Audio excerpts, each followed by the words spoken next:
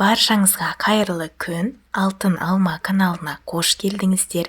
Бүгін осы видеода мен сіздермен бірге осындай әйгілі жүрекше тәріздес тоқаштардың рецептімен бөлісетін боламын. Бұл булочкилар өте жұмсақ, үлпілдек болып шығады. Ал енді видеоны соңына дейін көріп, менімен бірге дайындаңыздар. Ең алдымен жылы сүтке 3 шай қасық қантты қосып, үстіне дрожжиді саламыз. Енді осының барлығын ашытқымен қант толықтай ерігенше араластырамыз. Кейін оның бетін ас үй сүлгісімен жауып, жылы жерге 15 минутқа қою керек. Ашытқымыз оянып, жұмыс жасап жатқан уақытта бөлек ыдысқа ұнды електен өткізіп дайындап қоямыз. Енді електен өткізілген ұнның үстіне 1 шай қасық тұз, қалған қантты қосып, барлығын араластырыңыз. Құрғақ ингредиенттерді жақсылап араластырып болғаннан кейін осындай шұңқыр жасайтын боламыз. Осы кезде 15 минут жылы жерде тұрған ашытқы сүттің бетіне шығып, қалпақ тәріздес болып тұрады. Егер сіздерде бұндай қалпақ шықпаса, онда ашытқы қамырды көтермейді дегенді білдіреді, және сіздер жаңа ашытқыны қолдануларыңыз қажет. Келесі кезекте құрғақ массаға сұйық массаны қосып араластырамыз. Атап айтқанда 2 жұмыртқа, апара және ертілген сары май. Сары майдың қатты ыстық болмауы маңызды, сондықтан оны алдын ала ертіп алған жөн. Бұл рецептте жұмыртқалардың температурасы аса маңызды емес, ал ұнға келетін болсақ, мен жоғарғы сұрыптық ұнды қолданған болатынмын. Ашытқымен көтерілетін қамырды илегенде ұнды рецептен берілген мөлшерден көп қоспау қажеттігін еске сала кетейін.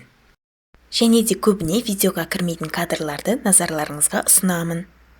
Менде жұмсақ қамыр шығу үшін мен алдын ала 70-80 грамм ұнды алып қалған болатынмын. Енді оны електен өткізіп, қамырға қосып, бастапқыда силиконды күрекшемен, кейін қолмен қамыр илей бастаймын. Менің арнамда шығатын жаңа видео рецепттерді жіберіп алмас үшін каналға тіркеліп, қоңыраушаны басып қоюды ұмытпаңыздар. Дайын болған жұмсақ қамырымызды сұйық маймен майланған ыдысқа салып, бетін пленкамен немесе ас үй сүлгісімен жауып, жылы жерге 1-1,5 сағатқа көтерілуге қоямыз. Менің қамырым екінші рет осылай көтерілді, енді оның ауасын шығарып, басып алу қажет. Кейін қамырды үстелге аунатып, оны бөліктерге бөле бастаймыз.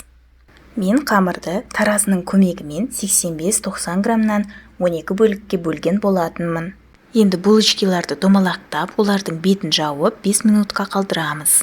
Бұл бөлкелердің салмасына көбінесе жай ғана қантты қосады, ал егер үйлеріңізде мак, корица секілді басқа да ингредиенттер табылып жатса, онда өз қалауларыңызша тоқаштардың салмасын өзгерте аласыздар.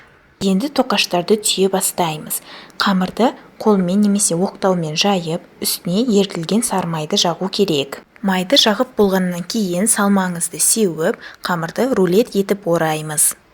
Булочкилардың салмасы шашылып қалмас үшін шеттерін буу керек. Рулетті видеода көрсетілгендей 2-ге бүктеп, ортасын пышақтың көмегімен шетіне жеткізбей кесіңіздер. Кейін қамырды қайта ашқанда жүрек формасындағы бүлке шығады. Қантты тоқаштарды да дәл осы видеода көрсетілгендей етіп түйеміз, яғни рулетке ораймыз, 2-ге бүктейміз және шетіне жеткізбей пышақпен кесеміз. Дайын болған бөлкелерді мен пергамент қағазы төселген противеннің үстіне салып, бетін сүтпен жағып шықтым. Пешке салмай тұрып бөлкелерге қосымша 20-30 минут көлемінде көтерілуге уақыт берген абзал, сонда олар нәтижесінде үлпілдек болып шығады. Енді көлемі ұлғайған булочкиларды 180 градуста алдын ала қызып тұрған пеште 20 минуттай пісіріп аламыз. Жаңа ғана пештен шыққан ыстық тоқаштардың үстіне мен екінші қайтара сүтті жақтым.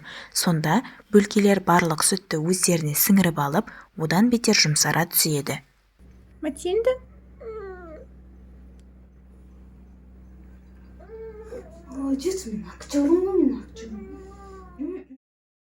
Видео пайдалы болып, рецепт ұнаса, лайк басып, комментарий қалдырыңыздар. Сіздермен болған Алтын Алма каналы келесі видеоларда көріскенше.